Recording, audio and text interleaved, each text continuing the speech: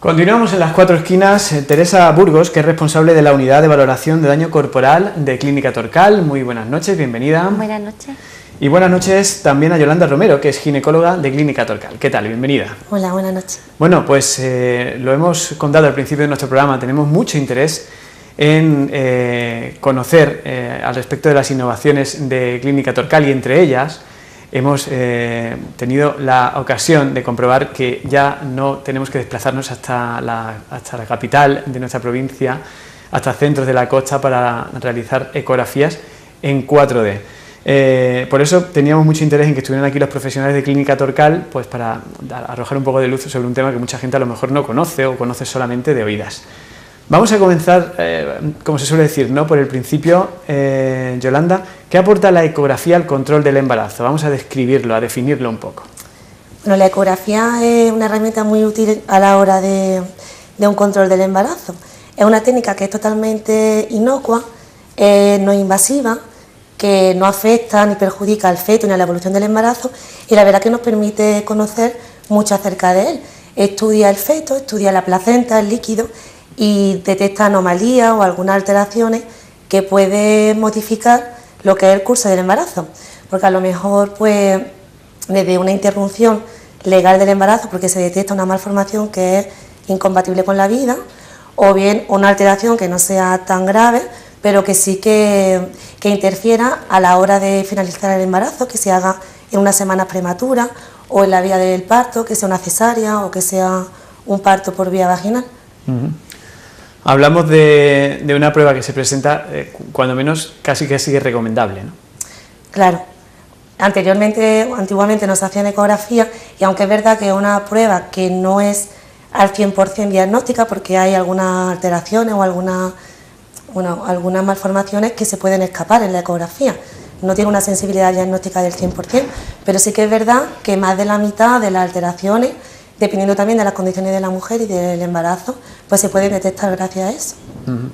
Bueno, y luego llega un poco, pues, ¿cómo decirlo?, ¿no?, un poco la obsesión por la ecografía. Es decir, yo quiero que mi niño nazca lo mejor posible. ¿Es necesario hacerse ecografías, pues no sé, cada mes o cada 15 días? ¿O cuáles son las importantes? Cada uno se puede hacer la ecografía dependiendo un poco de por dónde se lo siga. Las que son fundamentales, que son las que realmente se hacen, las que recomienda la Sociedad Española de Ginecología y Obstetricia, son las que se hacen en la sanidad pública, son 3. Una es la del primer trimestre, que se hace entre la semana 11 y la semana 14, y esa va orientada fundamentalmente al diagnóstico de cromosomopatía, lo que es el síndrome de Down y otros síndromes que se pueden detectar en esa ecografía. Se mide una serie de marcadores ecográficos, como el huesecillo de la nariz, el pliegue de la nuca, algunos vasos del feto, y eso nos orienta a que tenga mayor riesgo o menor riesgo de tener esos síndromes. Y esa se hace en el primer trimestre, yo creo que es bastante importante. Luego está la ecografía de la semana 20, que se hace en la semana 19 y 22. Y esa está orientada al hacer lo que es valorar detalladamente toda la morfología del feto. Como hemos dicho antes, no se puede detectar el 100% de las malformaciones, pero está orientada a detectar las que se puedan ver en esa semana y las que se puedan ver porque se expresan en esa semana. Y también orientada porque si hay una malformación incompatible con la vida, pues esté todavía en el ranking o en el tiempo legal de aborto, ¿no? Y luego está la del tercer trimestre, que esa ecografía está más orientada a lo que es ver la presentación del feto, si está cefálica, ¿no?, de cabeza, o está de nalga, la localización de la placenta, cómo está de líquido, y se estima un peso para ver más o menos qué va a pesar cuando nazca. Son las que recomienda, son las que se recomiendan. Bueno, estas son las ecografías que como decimos son recomendables, que en algún caso se hacen dentro de la sanidad pública. Y luego está la ecografía que, bueno, realmente teníamos mucho interés en conocer y porque por eso también la hemos invitado, la ecografía 3D o 4D, que es lo que aportan a la ecografía tradicional o clásica. La ecografía 3D es una representación en los 3 ejes del espacio, es que esto así es difícil de imaginar, de la imagen que nos da la ecografía básica. Para que se entienda, es como una foto del feto intrauterino, se ve el feto dentro del útero, pero una imagen estática, como una foto. Y la ecografía 4D le añade a esa foto el movimiento real, Es decir, es como si fuera un vídeo a tiempo real del feto dentro del útero. Lo que se ve con esas dos ecografías. Y que no sé, es complicado esta pregunta, pero ¿qué es lo que se ve o se escucha o no sé, cómo se comporta? Se ve, pues, dependiendo de lo que normalmente la ecografía convencional de la 3D, 4D, aunque sirve también para complementar otros diagnósticos, lo que más se utiliza ahora mismo es para ver la carita, el feto en sí, ¿no? Pues en la 4D se ve la carita, una foto de la cara del feto, y la 3D se ve la fotito del feto, y la 4D pues se ve el vídeo, a lo mejor se ve el feto, yo no sé, chupándose el dedito, o abriendo la boca, bostezando, se ríe, se toca la cara, se pone la mano, y eso lo vas viendo a tiempo real. Todas esas cosas hacen feto. Sí, duerme. Bueno, cosas que nos conmueven y que estamos aprendiendo hoy en compañía de los profesionales de Clínica Torcal. ¿Cuándo realizamos ese vídeo? Es decir, porque entiendo que bueno, que a lo mejor es un poco más costosa y no es recomendable hacerlo fuera del plazo y hace falta consultar al profesional, y ya que la tenemos hoy aquí, pues ¿cuándo es el momento? Hacerla se puede hacer siempre. El problema es que no siempre se tiene una imagen óptima, porque depende mucho del feto y de la madre. Entonces se recomienda entre la semana 26 y la semana 30. Antes el feto va a estar muy pequeño, va a estar a lo mejor menos formado, y después de esa semana el feto va a estar más grande, probablemente tenga menos espacio, menos cantidad de líquido, y sea más difícil conseguir esa imagen, lo que no quiere decir que no se consiga, pero que va a ser más difícil. Por eso siempre se intenta que se haga entre la semana 26 y 30, que es cuando tiene mayor cantidad de líquido, el feto está formado y se puede conseguir la mejor imagen, aunque depende mucho de la posición que tenga el feto, de si la madre es más obesa, menos obesa, si tiene la placenta delante de la cara, si tiene la mano puesta encima de la cara, todo eso pues interfiere, pero esas semanas son las mejores para hacerlo. Bueno, y vamos a hablar ahora, yo no sé si se combina la ecografía con una revisión ginecológica al uso o no tiene por qué, pero ¿qué es una revisión ginecológica? Que entiendo que también es importante dar detalles de qué es lo que se valora cuando se realiza. Bueno, las revisiones ginecológicas están más orientadas a cuando uno se está embarazada, uno lleva el control del embarazo una vez que se queda embarazada, y luego están las revisiones ginecológicas rutinarias que se hace a una mujer no embarazada. Entonces, normalmente la consulta, las revisiones sirven para valorar lo que es la salud integral de la mujer. Sirve pues tanto a la hora de querer quedarse embarazada, para hacer un estudio de fertilidad o bien planificar lo que es el embarazo. La gente que esté en una edad ya menopáusica, pues para ver sus alteraciones, si tiene alguna infección, a la hora también de valorar métodos anticonceptivos que quiera usar, y lo más importante sobre todo de las revisiones periódicas es detectar precozmente algunos cánceres ginecológicos, como el cáncer del cuello del útero, que se detecta con la citología, o el cáncer de mama, el cáncer de un endometrio, de útero. Entonces, como conclusión, porque creo que este punto es muy importante, hay que recomendar realizar revisiones ginecológicas. ¿Desde qué momento o con qué periodicidad, así como resumen?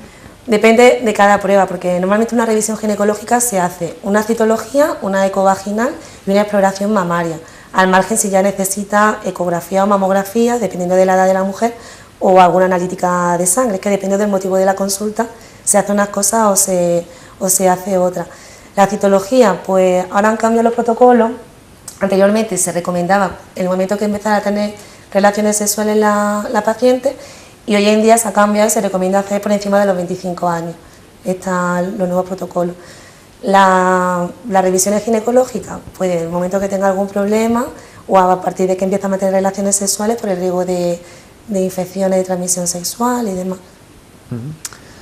Bueno, aprovechando que tenemos también a la responsable de la unidad de valoración de daño corporal, que es otro de los servicios innovadores o que aportan valor a lo que se puede percibir si visitamos Clínica Torcal, pues en primer lugar me gustaría conocer un poco cuáles son las funciones de Teresa Burgos dentro de esta clínica y qué es esto de la unidad de valoración de daño corporal. Muy bien. Bueno, pues yo soy médico especialista en medicina del trabajo, soy responsable de la unidad básica de salud de GSL Prevención en Antequera, que tiene su sede en Clínica Torcal.